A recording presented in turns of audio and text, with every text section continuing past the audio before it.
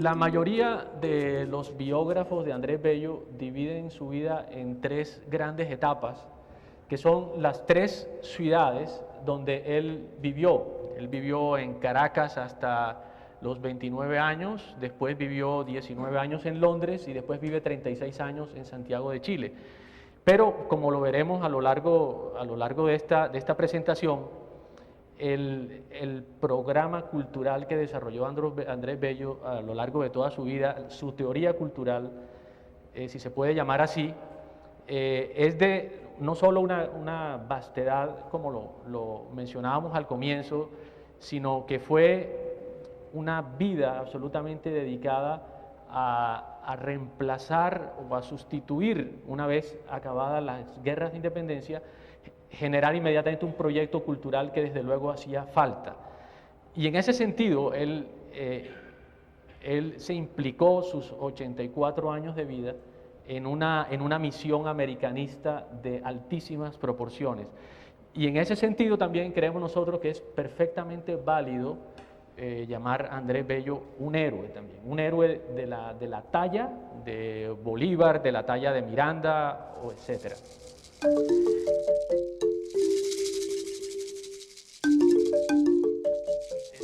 La primera parte de la vida de Bello transcurre en Caracas. Caracas a finales del siglo XVIII y comienzo del siglo XIX es una ciudad de cerca de 30.000 habitantes, una ciudad que no tiene la grandeza de las capitales de virreinato como Santa Fe o como Lima, es apenas la cabeza de una capitanía. El país no llega ni siquiera a tener 1 millón de habitantes, y la ciudad donde nace Bello es una ciudad que está estructurada, cuya estructura de capas sociales es totalmente vertical, piramidal, muy rígida. Andrés Bello recibe y tiene la suerte de nacer o de crecer en una casa donde enfrente tiene un convento, que es aquel que está allá, el convento de las Mercedes, donde encuentra una de las bibliotecas, si no, seguramente la biblioteca mejor dotada de Caracas, y donde recibe desde muy temprano clases de un fraile Cristóbal de Quesada, un gran latinista, un hombre librepensador, de una vida muy particular, que induce a Bello, al Bello joven desde muy temprano en la lectura de los clásicos latinos, griegos, y en la lectura de la literatura del siglo de oro español. Andrés Bello empieza a sobresalir muy pronto, se vuelve autodidacta y antes de los 15 años ya maneja perfectamente el latín y antes de los 20 maneja el inglés y el francés, como digo, aprendidos por él mismo. Ingresa para hacer su bachillerato en la universidad y posteriormente sigue en la universidad, aunque nunca acaba. Recibe en la universidad, como era usual en la época, una educación de tipo escolástico y un poco la influencia literaria o los modelos literarios que recibe en primer momento son como los de la época de tipo neoclásico. Sin embargo, él en esta época empieza a ser conocido como poeta y desde muy joven no solo empieza a traducir a los clásicos latinos como Virgilio, por ejemplo, antes de tener 20 años ya ha traducido cantos completos de Virgilio, sino que empieza a escribir y a pesar de que utiliza esos moldes neoclásicos que estamos hablando, empieza a hacer una reivindicación de la naturaleza americana. Tenemos a la derecha, debajo, un cuadro que representa a Andrés Bello dándole clases a Simón Bolívar. Ellos eran prácticamente contemporáneos. Andrés Bello solamente tenía 2 años más que Bolívar.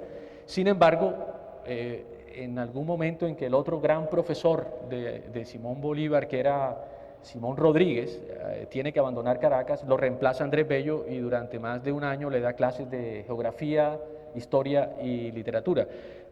Más adelante Bolívar reconocerá con mucho entusiasmo esas lecciones que recibía de Andrés Bello. En 1800 aproximadamente hay una visita inesperada en Caracas, y es la llegada de Humboldt a Caracas. Humboldt en esa época tiene unos 32 años y Andrés Bello unos 20, pero a pesar de la diferencia de edades, tienen contacto y tienen relación. La influencia que va a recibir en esos meses que estuvo Humboldt en Caracas, Andrés Bello, es fundamental. Todo ese pensamiento incipiente, ilustrado, que veíamos que él recibía en las tertulias, se amplifica a través del contacto con Humboldt y sobre todo empieza a valorar de una manera, como solamente Humboldt lo había hecho desde luego, la naturaleza y las ciencias naturales. Para él esto será una marca indeleble y a pesar de que sus estudios, digamos, tienen una tendencia humanística, nunca abandona, y cuando es posteriormente rector de la Universidad de Chile, el desarrollo y la promoción de las ciencias es muy fuerte la que hace Andrés Bello. Y por esos años también llega la imprenta a Caracas, de forma muy atrasada. Recordemos que la imprenta está en América 200 años antes, México tiene imprenta 250 años antes, Lima 200 años, incluso Santa Fe, en Santa Fe está la imprenta desde hace unos 80 años. Entonces, de forma muy tardía llega la imprenta a Caracas. Eso hace que no se publiquen desde luego libros allá, todos los libros que llegan son importados y la mayoría de contrabando, porque desde luego que la corona española tiene censura sobre la circulación de cierto tipo de libros. Bello descubre este invento, llamémoslo así, y inmediatamente se apropia de él. Es el redactor del primer periódico que se edita allá y también del primer libro, escribe el primer libro que se edita en Caracas, que es una especie de historia de Venezuela desde Colón hasta los días de Bello. Estamos aproximadamente en 1808, es la época en que Napoleón invade a España, captura de alguna forma a los reyes, a Carlos IV y a su hijo Fernando VII, y a partir de ese hecho empiezan, digamos, las rebeliones en América Latina. Hay que recordar un hecho que no se recuerda suficientemente, es que los primeros movimientos independentistas no fueron en contra de la corona española, fueron en contra de Napoleón, que tenía dominada a la península. Con el pretexto de invadir Portugal, logra entrar a España, se queda en España y está toda la historia que conocemos. Entonces, por esos hechos y en Caracas se da el primer movimiento fuerte y consolidado independentista de toda América, que después empieza como un reguero de pólvora en todas las otras ciudades de América Latina. Andrés Bello llega en 1810 a Londres, llega con Simón Bolívar y López Méndez, como dijimos. Llegan en una misión diplomática muy compleja, muy complicada. La situación política internacional de Inglaterra en ese momento, de Gran Bretaña en ese momento, es muy ambigua. Indudablemente ellos quieren contener la expansión de Napoleón por toda Europa, pero al mismo tiempo, y en ese sentido son aliadas de España, se alían con España para expulsar a Napoleón de la península, pero por otro lado son evidentemente enemigos de Francia. El reconocimiento que quieren Bolívar y que quiere Bello de la Junta Revolucionaria no se da por esa ambigüedad. La corona británica, como aliada momentánea de España, obviamente no quiere saber nada de independencias de las colonias españolas. Entonces el canciller ni siquiera lo recibe oficialmente, sino que lo recibe en su casa. Incluso el canciller es el hermano de Wellington, que en ese momento está en España combatiendo contra Napoleón. La ciudad que encuentra Bello en ese momento Bello mismo la describe, la Londres de ese momento es un poco como el centro del mundo en los aspectos culturales políticos y económicos, como él mismo lo describe. Él se siente cuando llega allá que ha llegado a uno de los ombligos del mundo. El otro, desde luego, es Francia. Y es la ciudad en ese momento, o el país de la revolución industrial. Algunos biógrafos marcan el hecho de que Bello se mueve entre la doble revolución, y esa doble revolución, que es por un lado la revolución industrial y por otro lado la revolución francesa, marcan un poco o condicionan de alguna forma su pensamiento intelectual y su producción.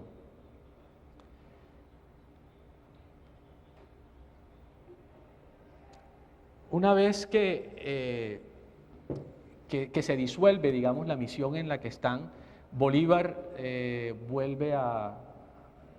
se devuelve a Venezuela, y Bello queda en Londres, pero queda totalmente exilado y totalmente solitario. Los momentos que pasa Bello en Londres son probablemente los momentos personales más difíciles de su vida.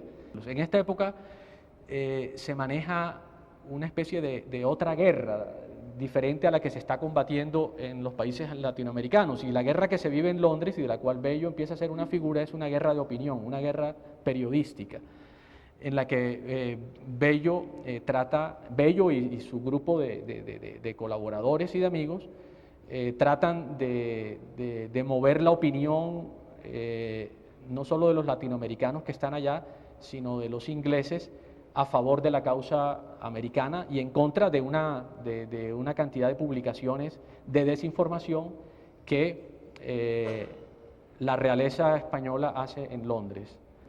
La imagen que tenemos en el centro, debajo del retrato de la primera esposa, es la casa de Miranda, del precursor Francisco de Miranda, donde Bello vivió con Bolívar a la llegada de Londres.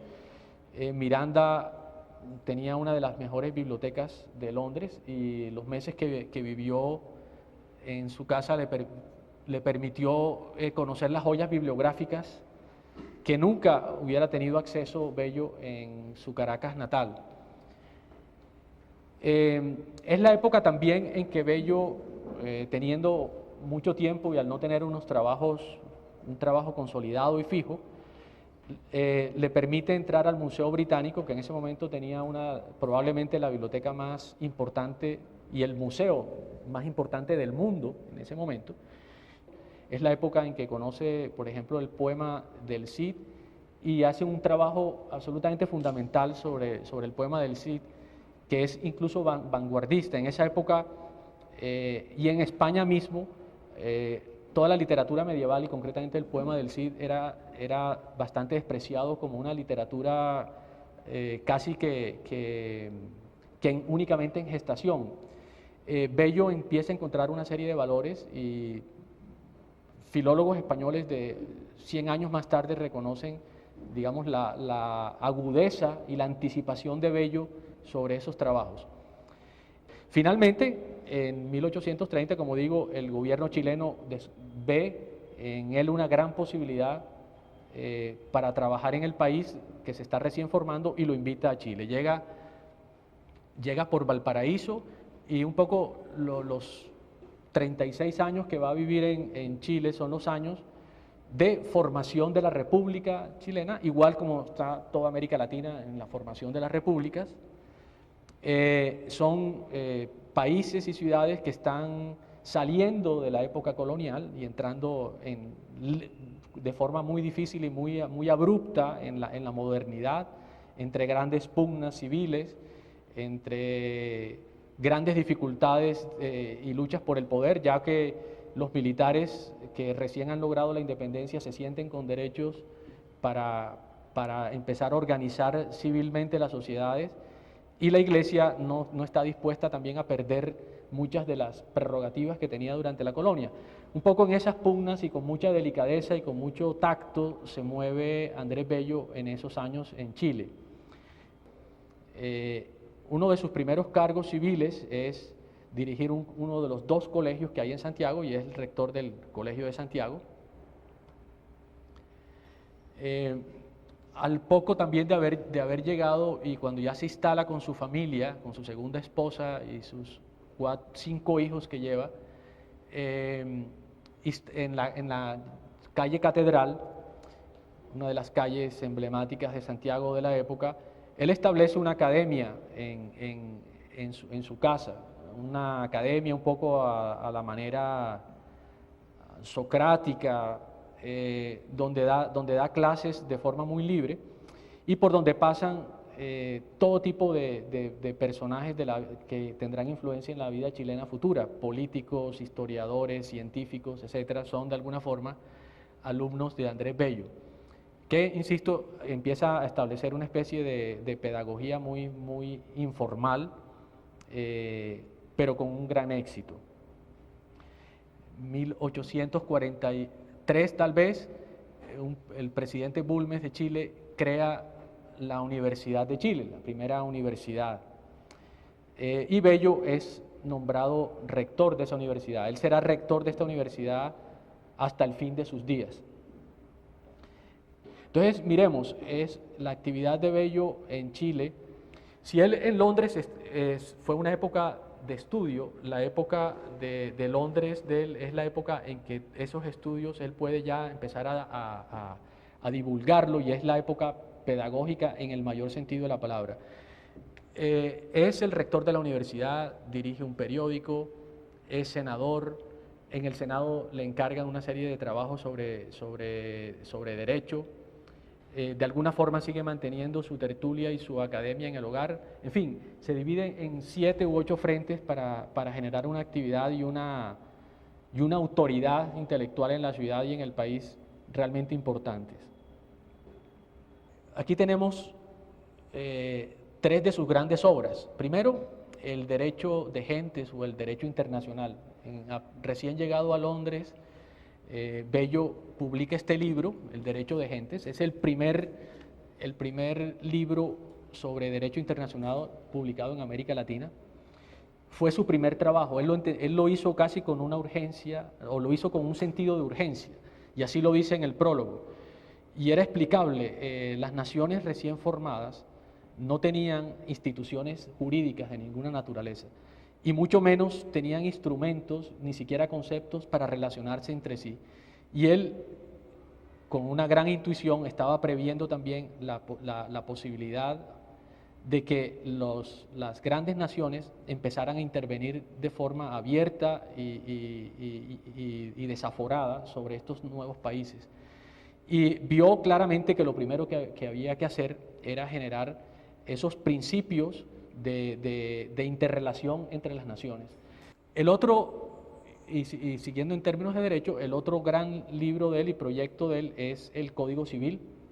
Ese Código Civil se lo encarga el Congreso chileno, y el Código Civil de Chile. Este Código Civil empieza a ser también un poco un modelo que empieza a ser reproducido por otros países, entre ellos Colombia, Perú, México, toman muchas de estas formas, y gracias a este código organizan su legislación civil. Y el otro gran obra es la gramática de la lengua española. Decía antes que la concepción de la gramática en Bello está muy alejada de lo que es el preciosismo, etcétera. Para él la gramática tenía un contenido político. Él veía muy claro y veía como algo providencial que los países latinoamericanos tuvieran una lengua común.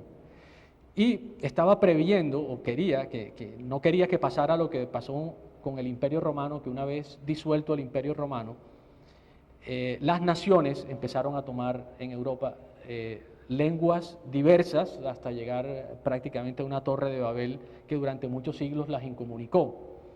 Y él preveía que una vez salida la dominación española, las nuevas naciones, si no empezaban a afinar sus instrumentos a través del idioma, podrían empezar a generar también lenguajes particulares que en una época también de profundas guerras, el idioma iba a ayudar, o la falta de un idioma común iba a ayudar a producir aún mayor desunión entre estos países.